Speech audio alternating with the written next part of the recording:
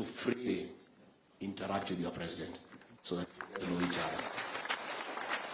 For those of us who have worked with him for so many years, he's an easy guy. Hakuna maneno mingi. So please just relax and let us interact deep into the night and tomorrow. Finally, I want to thank all of you. When we had the last PG, we asked that you go to the Senate and the National Assembly and do a good job and make sure that both speakers are elected. Pongezi sana. Thank you very much for the good job that you did. And going forward, that must be the spirit. Again, I want to thank all of you whom we worked together during the mobilization of our supporters to Kasarani. You are aware that we have changed the way things were being done, where county commissioners were being used for political mobilization. That is no longer the case. I know you are not very efficient because you are trying to take over from a different system, and there was a bit of confusion. Even at State House, we want to apologize. There was a bit of mix-up. It is because the outgoing administration was not very forthright with us. But going forward, now that we are fully in charge, things will be very smooth, and there will never again be any inconvenience to members of the two houses. So with those very many remarks, it is now my honor and privilege to welcome our party leader of Kenya Kwanza and the President of the Republic of Kenya, Dr. William Samoei Ruto. Thank you very much, my brother. Tafadhali tuketi. Asanteni sana.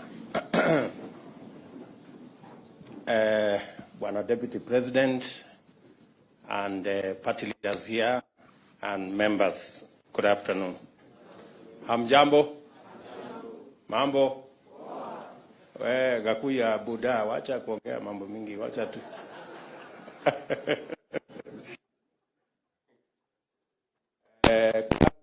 Mimi nataka nichukue nafasi hii niwashukuru sana kwa kuchukua muda wenu so that you can come to this retreat. Wakati tuliongea katika PG yetu ya kwanza, tulikubaliana ya kwamba tutachukua muda tuwe na retreat ndio tukubaliane mpango wa kazi na pia tuelewane vile tunaenda mbele pamoja.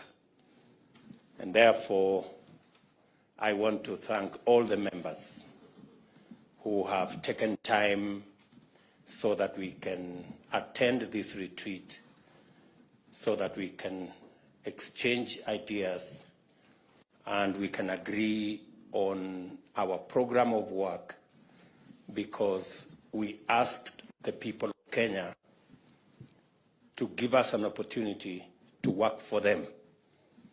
And by God's grace, we have been given that opportunity in various capacities. We have members of parliament, we have members of the Senate, we have MCAs who are not here, we have governors who are not here, we have members of the executive, my good deputy here and myself, and those we will appoint into cabinet. So we have an opportunity to serve the people of Kenya. And for us to be efficient and effective in the service of the people of Kenya, we not only need to have a plan, but we need to agree on the execution of that plan. All of us seated here know that we went to the people of Kenya with a manifesto. And we committed to the people of Kenya to implement that manifesto so that they can actualize the commitments that we made in that manifesto. It is necessary because this is the top leadership of our legislature in both houses. And I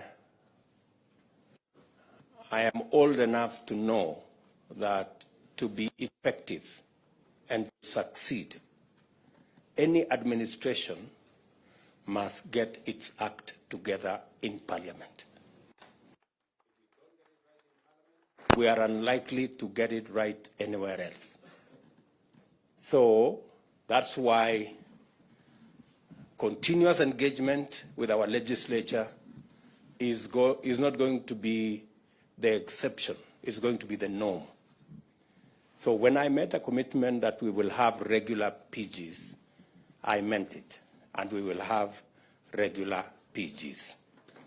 It is the only way all our members can read from the same script, sing from the same hymn book, sing the same song, and be able to actualize our plan, and therefore materialize the commitments we made to the people of Kenya. That's why we will be here today and tomorrow. My good deputy has apologized. We came a bit late.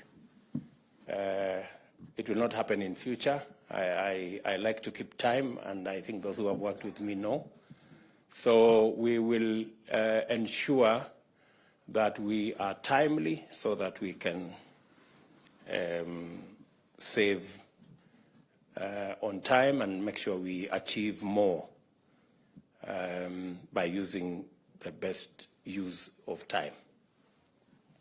So mimi nawakaribisha nyinyi nyote kwa hii mkutano. Karibuni sana. Na this is a meeting of equals. So there is no greater or lesser person here. There is no senior or junior person here. We are all elected by the people of Kenya. We have a mandate from the people of Kenya, and we should talk freely. Let us be patient with one another. There are those people who talk fast. There are those who talk slowly. Let us accommodate each other. That is the essence of a team. A team is organized. Otherwise, we will not get the synergy that is necessary for us to implement our plan. Before I say one or two things, let me just ask the people who are MCAs before they became members of parliament, the bottom-up people. I know they are. The people who are MCAs and they graduated and became members of parliament. Ebu simameni. Wow, look at that. Look at that. Wapigie makofi. Pongezi sana. You can see bottom-up works. Asanteni sana waheshimiwa. The people who are being elected for the first time as members of parliament, first timers, wale watu wa the monos, as we would call them. Wow, that's quite a, that looks like what? 40%? 50%? No, 40. 40%. Asante sana. The second termers, the people in Form 2. Wow, quite a number. Tuwapigie makofi tena, the second termers. Asante sana. Kawanjiko, wewe uko Form 2 kweli?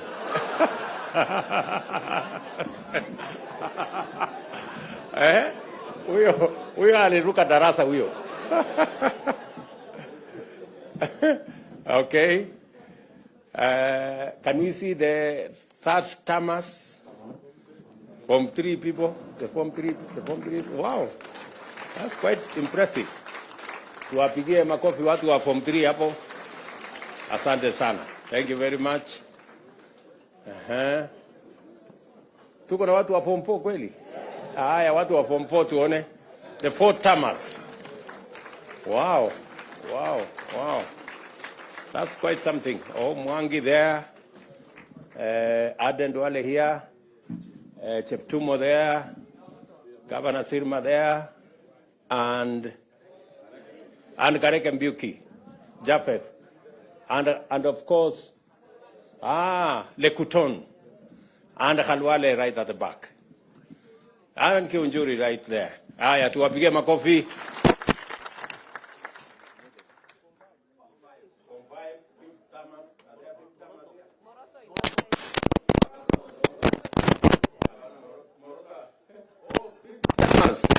Wow, we have a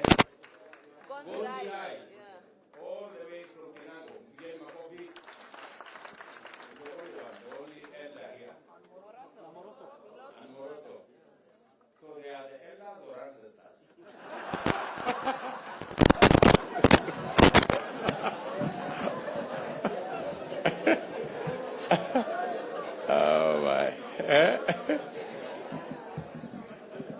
Okay. So I think that gives us the framework of our. You can see we're quite a mixed group. We have all manner of people. So why I did that is I wanted for all of us to know that there is something we can learn from the younger ones. But there is something also we can learn from the seniors. I want to ask the seniors who are here, let us take time and mentor the newcomers. Let us make it our responsibility. Don't monolize anybody. Don't harass the younger ones. And please be useful. You know, show them how CDF works. Show them how committees work. Don't assume. Don't take it for granted that people know how to do stuff. Tomorrow we are also going to have a session to show you a bit of etiquette. We want to show you how to hold, what to do, because sometimes we get embarrassed when senior people don't even know how to hold a spoon or how to hold a fork. So tomorrow we'll take time because we want to mentor everybody. And some people take things for granted. Mnanielewa? So tutapangana namna hivyo. Hiyo ni number one. Number two, it is very important for us to have a meeting so that we can agree on the plan we have. This PG is for us to interrogate our party manifesto, the Kenya Kwanza manifesto, because that is the basis upon which we were elected. We made commitments to the people of Kenya. We have started to discharge some of those commitments. I had made a commitment that we will appoint the 6 judges. We have appointed the 6 judges. We made a commitment that we will provide financial independence for the police. I already issued instructions, and yesterday that was implemented by Treasury. Now, henceforth, the police will have an independent budget. They will not be begging for money from other offices. We will allocate them the resources as is being done by Parliament, and we will begin to make demands of them on matter security, because in the past they used to give excuses of depending on finances from other offices. Now they have their own independence and independent financing. We expect improved security in the country. We expect expeditious matters to do with public wastage in public resources should be dealt with firmly, decisively, and in a timely manner. We expect that the fight against corruption will be scaled up. We expect that our insecure areas, cattle rustling, conflict amongst communities, will be dealt with firmly and decisively. And I have already informed the police that that is why we gave them their money.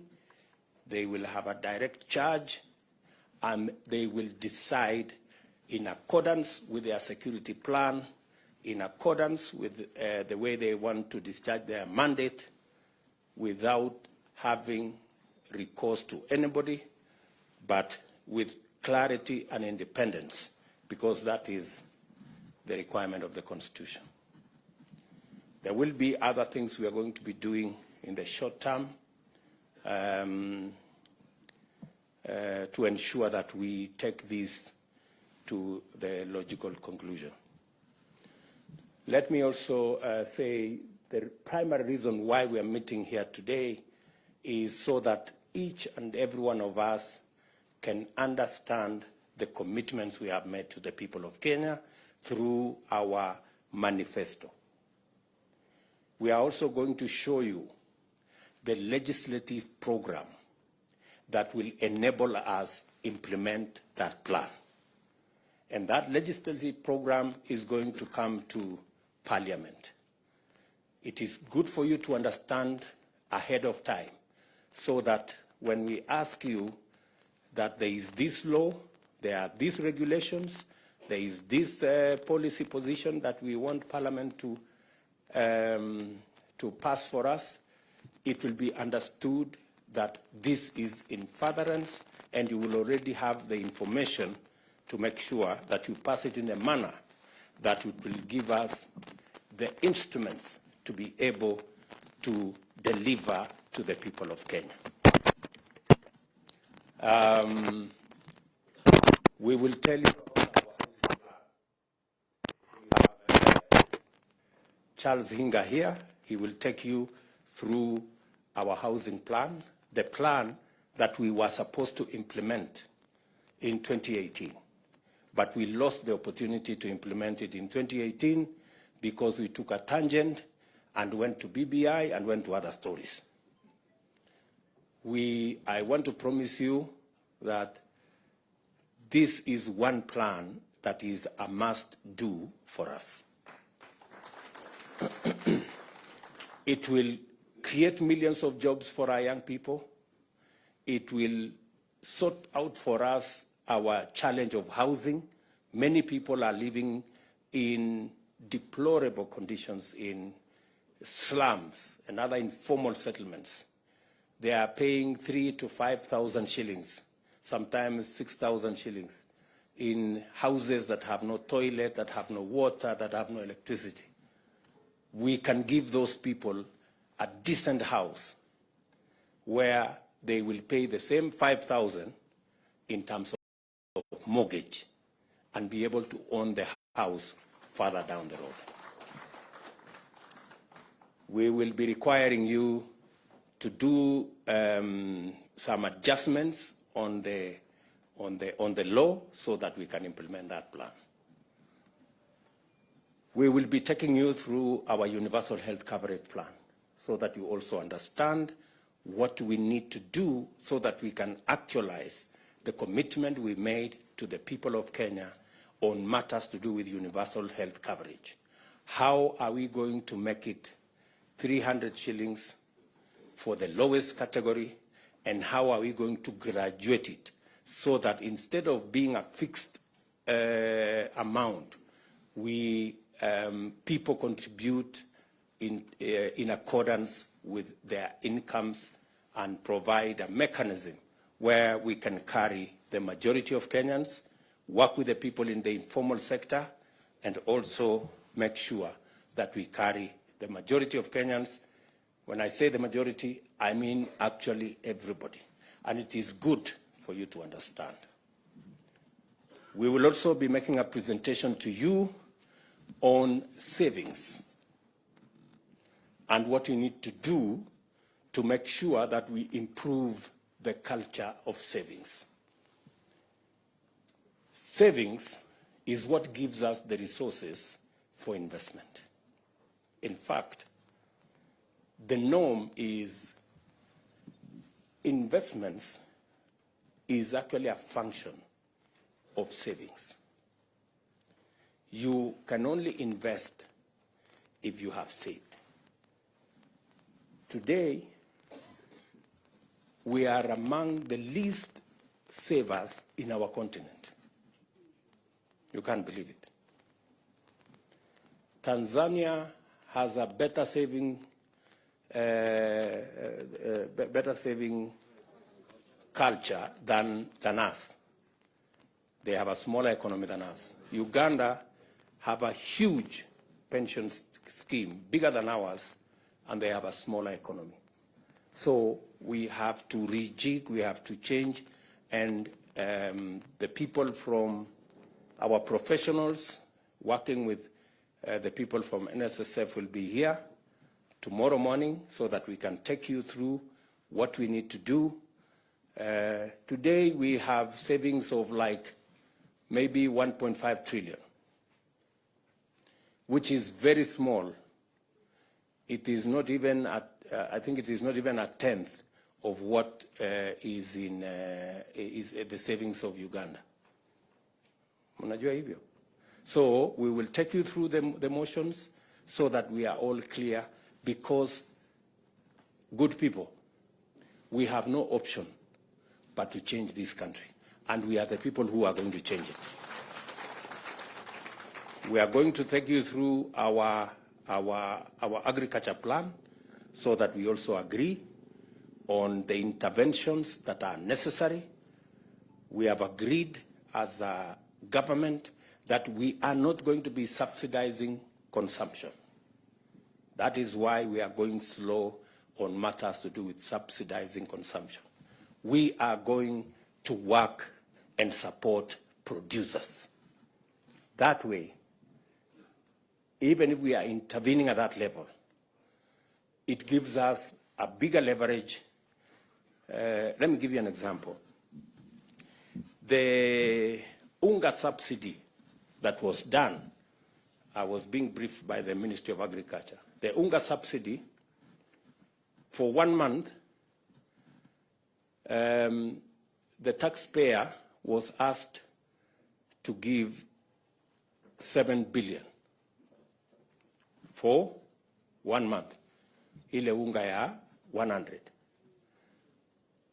which was nowhere in the first place. Very few people got to ever, yet we spend 7 billion shillings. If we had spent 7 billion shillings in fertilizer, it would be a very different ballgame. We would probably, because, for example, we are intervening, as I announced the other day, we are intervening on fertilizer for the short rains, 1.4 million bags. We are intervening for tea fertilizer. That's another 1.7 million bags for KTDA. It is costing us less than the subsidy of UNGA that is for 1 month. And yet the subsidy we are providing is going to reach close to 500,000 farmers. That's the difference. So it is not how much money you spend. It is where do you spend money so that you get value for every coin that you spend. So we will be discussing our agriculture plan tomorrow so that you can understand, and so that when it comes to Parliament, you know where to allocate resources that will go into helping our producers. We will be discussing with you all the other categories of our plan so that we can measure up to what the people of Kenya want. Let me tell you this. The reason why we did not do as well the last 5 years, is because we did not engage our legislators. Our legislators knew very little about our plan. That is how we failed. And that is why we must start here. You people must understand. You must be the champions. You must be the people to explain so that this plan can succeed. Tunaelewana jameni? So, mimi nawauliza, let's be patient. I know sometimes people have phones, they are sending messages left, right, and center. But let's be just patient so that we can go through these motions. Finally, we will be talking about katikati. Let us also agree that Parliament is an important stage. I want to tell you as members, Parliament is a premium platform. Very many people try so hard to get to Parliament. So take advantage of that premium stage. Out of 50 million Kenyans, we have only 349 in National Assembly and 67 in the Senate. Consider yourself privileged to access the stage in Parliament and make use of it. It can make your career, it can unmake your career, the way you use the floor of the House. There is the temptation when you come to Parliament to chase this, chase that, chase the other, until it is reported that you are a no-show in Parliament. Unajua kuna watu wanaandikwa ati hawajawahi kuzungumza kwa bunge. Please, nataka niwaombe. You know? Why do you look for a premium stage and then you abscond? You do nothing with it. Kwa sababu Parliament sio mahali ya kuuza viazi ama kufanya. Parliament ni mahali ya kuongea mambo ya wananchi. To articulate issues that are important to your constituents, issues that are important to your party, issues that will shape the future and destiny of our country. And that is the stage you have. It's a premium stage. It's not a stage that anybody can walk in and have. So while you have the privilege to be a member of Parliament, please make use of that stage. Sometimes it is it's quite intimidating, especially for the new members. Kidogo ukisimama hapo unatetemeka kidogo, Kiswahili Kiingereza inachanganyika, but if you do it consistently, utashika network na mambo itaenda mzuri. Yeah, and many of our constituents are waiting to see. They're waiting to see you. Mbunge wetu wamesema nini kule bunge leo. I have also taken the position with my good deputy here that for purposes of proper accountability of government, we are going to work on the standing orders so that our CSS can come to Parliament and you can ask them questions directly about your constituents,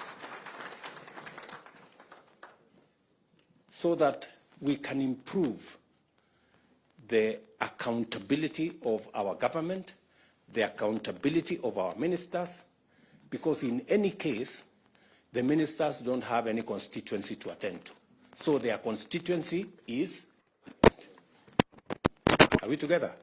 So make use of that platform. I am happy to note that our competitors have said they will provide oversight of our government. And we welcome our competitors' assertion that they will take seriously their oversight role over our government. We believe that the efficiency of any government is also dependent on how much we are kept on our toes. So I want to tell our good friends on the other side of the political divide, welcome to your oversight role. We are ready to be accountable as a government, because that will make the people of Kenya get value for every commitment we make, every shilling we spend, and every plan we roll out. So we are going to work together in that manner, and we want to take this into the future. Shortly, we will be going to Parliament, and tomorrow we will have a conversation about House leadership, both in the National Assembly and in the Senate.